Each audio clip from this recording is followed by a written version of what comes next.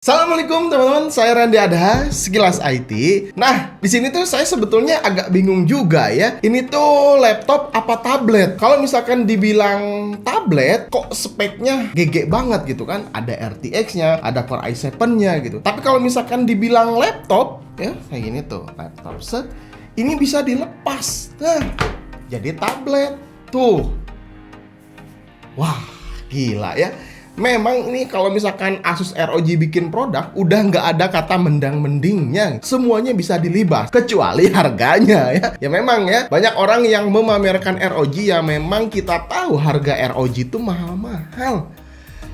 Tapi alhamdulillah lah ya, di sini saya juga sudah dipinjamkan sama Asus ya ROG Flow Z13 ini. Jadi setidaknya saya tahu, oh ini rasanya punya barang mewah, atau ini rasanya gitu kan kita pegang-pegang atau review barang mewah gitu ya. Kalau kita kere-hore mah ya udah alhamdulillah sekali ya dikasih pinjem gitu kan, dikasih pegang-pegang seperti ini gitu kan. Jadi bisa menambah informasi kalau misalkan ada barang semewah ini gitu ya. Jadi kalau misalkan kalian ya bang, kalau kita mah kere-hore beli yang kayak gini kayaknya nggak mungkin. Ya setidaknya kalian tahu gitu kan ada barang semewah ini.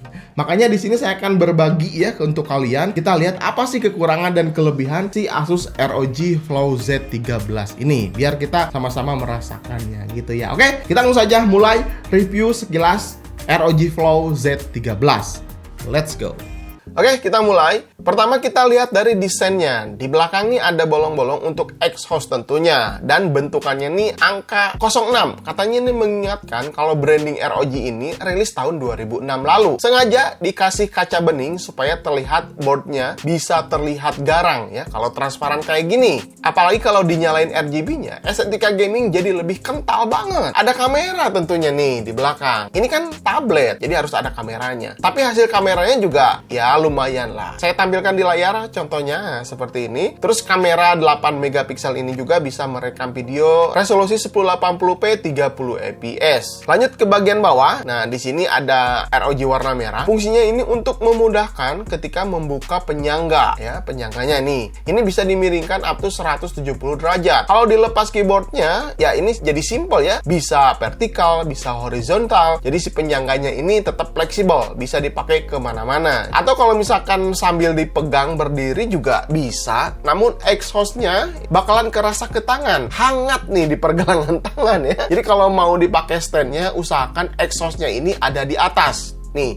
yang ada bolong-bolongnya, ada tulisan ROG Flow-nya juga menghadap ke atas supaya airflow-nya tetap baik dan suhu si tablet ini benar-benar tetap terjaga, jangan sampai kebalik. Kita pindah ke bagian keyboard. Nah, keyboard ini tuh dilapisi seperti kulit, terus ada logo ROG-nya tuh sebelah kanan ya. Touchpad-nya ini menurut saya sih agak keras ya, karena ini memang tipis banget si keyboardnya. Sensasi ngetik juga nggak terlalu enak kalau posisinya didatarin seperti ini. Ya mending lah kalau dinaikin sedikit seperti ini.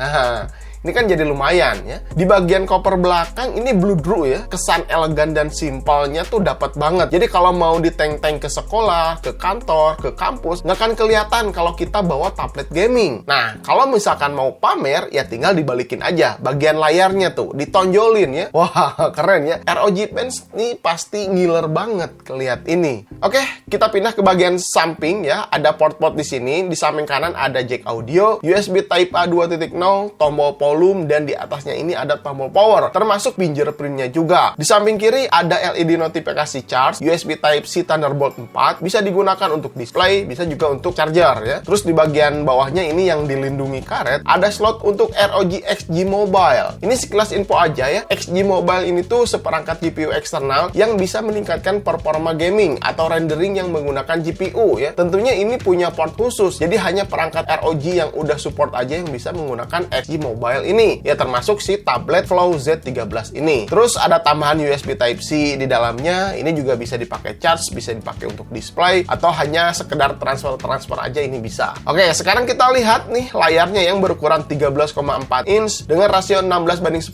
ya, menggunakan panel IPS 500 nits. Ini terang banget ya. Kalau di ruangan kamar saya sih, saya udah dikasih paling redup aja ya. Soalnya nggak kuat kalau di atas 10%, mata saya agak perih karena silau banget. banget. Nah, nits tinggi seperti ini ya berguna ketika dipakai di luar ruangan. Walaupun di bawah terik matahari, layarnya tetap terlihat jelas. Nah, ini bermanfaat banget lah kalau tablet dibawa-bawa keluar ya. Kalau dipakai untuk ngedit, warnanya tentunya udah bagus. Apalagi kalau sekedar ngedit-ngedit video untuk YouTube, aman banget lah ya. Dipakai nonton drakor juga aman. Nonton rame-rame misalkan bareng teman-teman ya. Karena nggak masalah kalau orangnya lihat di layar pojok kanan, di kiri, di atas, bakalan tetap melihat gambar layarnya itu tetap jelas. Karena panelnya ini IPS. Ini udah support 1080p 120 fps atau ada pilihan lain, bisa 4K 60 fps. Kalau saya sih lebih nyaman di 1080p 120 fps saja. Oh iya nih, disertakan juga stylus ya di paket pembeliannya. Jadi bisa dimanfaatkan. Kalau kalian suka edit-edit gambar gitu ya, nah ini bisa dimanfaatkan. Tapi kalau saya mah ya tetap nyaman pakai mouse aja.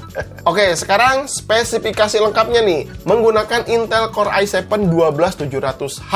Ya, H ini termasuk high end ya. Dengan kode name Alder Lake, punya 6 core, 8 e-core, serta 20 thread. IGP-nya ini ada Intel Xe Iris, bisa digunakan ketika penggunaan ringan supaya irit baterai. Dan GPU keduanya ada Nvidia GeForce RTX 3050 laptop yang berjalan di PCIe 4x16 dengan 4GB 128-bit GDDR6. Tuh, ini bener spek monster ya. Terus ditandem di dalam tablet yang tipis. Ih, mantap pisan ya. Di sini saya akan uji Cinebench R20 10 kali looping ya, dengan hasil yang cukup baik. Performa tetap stabil ya, terlihat pengujian kedua nih, ini pengujian kedua mendapatkan 4.393 poin. Turun sampai ke pengujian 4 ya, setelah menurunkan performanya untuk mendinginkan suhu si mesinnya. Nah, setelah itu performanya naik ya di pengujian 5 ya, mendapatkan 4.556 ya. Jadi begitulah seterusnya. Jika melihat hasil ini, airflow dengan pendingin cooling system yang ada di Flow Z13 sangat sukses untuk menjaga mesin tetap baik walaupun dalam kerja berat ya, seperti pengujian Cinebench R20 tadi. Terus power package CPU-nya di sini menunjukkan paling tinggi ini maksimum di 95 watt dengan suhu maksimum 92 derajat Celcius. Pengujian ini dilakukan di ruangan tanpa AC ya. Jika di ruangan AC mungkin suhunya bisa lebih adem dan performa bisa lebih tinggi ya, meskipun dikit ya. Nah, kalau misalkan kita bandingkan dengan Core i7 Gen 11 yang laptop yang bodinya besar, pendinginnya lebih besar gitu, tetap ya, skor si tablet ini tuh tetap lebih unggul. Tuh, kalian bisa lihat ya, ini hasil Cinebench R20-nya. Oke, lanjut sekarang untuk memori RAM-nya sudah dibekali 16GB LPDDR5 5000 MHz ya, ditambah storage 512GB yang berjalan di PCIe Gen 4, tapi dengan form factor 2230. Nah, ini pendek ya. Kalau kalian mau update storage, harus perhatiin dulu nih ukuran panjang si NVMe-nya. Nah, biar nggak salah beli ya. Sekalian saya juga sini tes ya menggunakan Crystal Disk Mark, mendapatkan read 3600 MB/s dan write-nya 2045 MB/s. Ini udah pasti ngebut, no loading. Bahkan pengujian Crystal Disk Mark ini saya sengaja nggak ditancapkan charger gitu. Jadi ini tanpa charger, pengujiannya sudah speednya mendapatkan 3600 MB/s. Tuh kan, bener ya, ROG gitu dilawan. Speknya tuh nggak pernah main-main ya. Apalagi kalau udah ada iming-iming gamingnya. Karena ini disebutkan juga tablet gaming ROG Flow Z13. Nah, sekarang pengujian gaming ya. Di sini saya tes game. Ini bisa mewakilkan game-game berat yang lagi rame di tahun 2022 sekarang, kayak God of War sama si Apex Legends. Kalian bisa lihat di layar, ini performanya udah garang banget untuk ukuran sekelas tablet.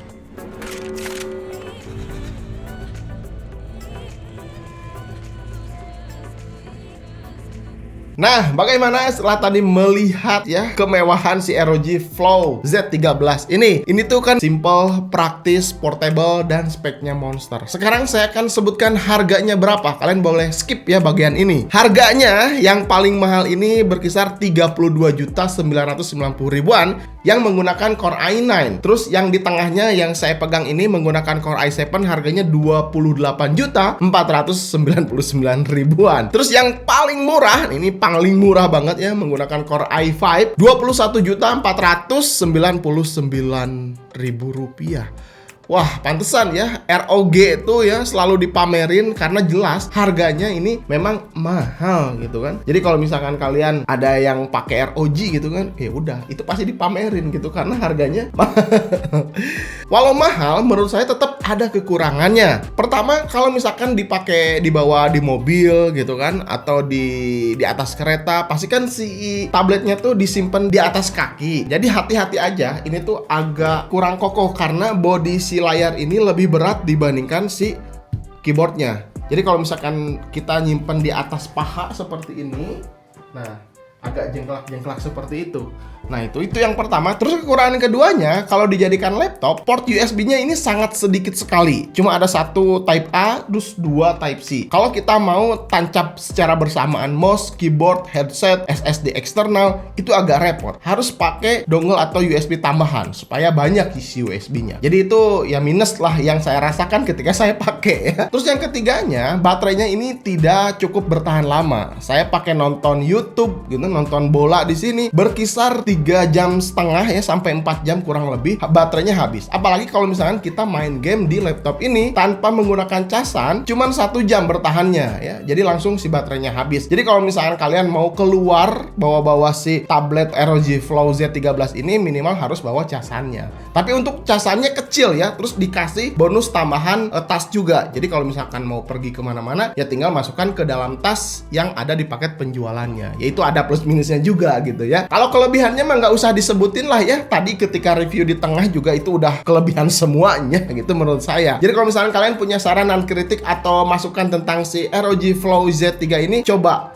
tulis di kolom komentar. Oke, mungkin gitu aja. Mudah-mudahan video ini bisa bermanfaat. Sampai ketemu di video berikutnya. Saya Randy Adha, Sekilas IT. Assalamualaikum warahmatullahi wabarakatuh. Salam teknologi. Set.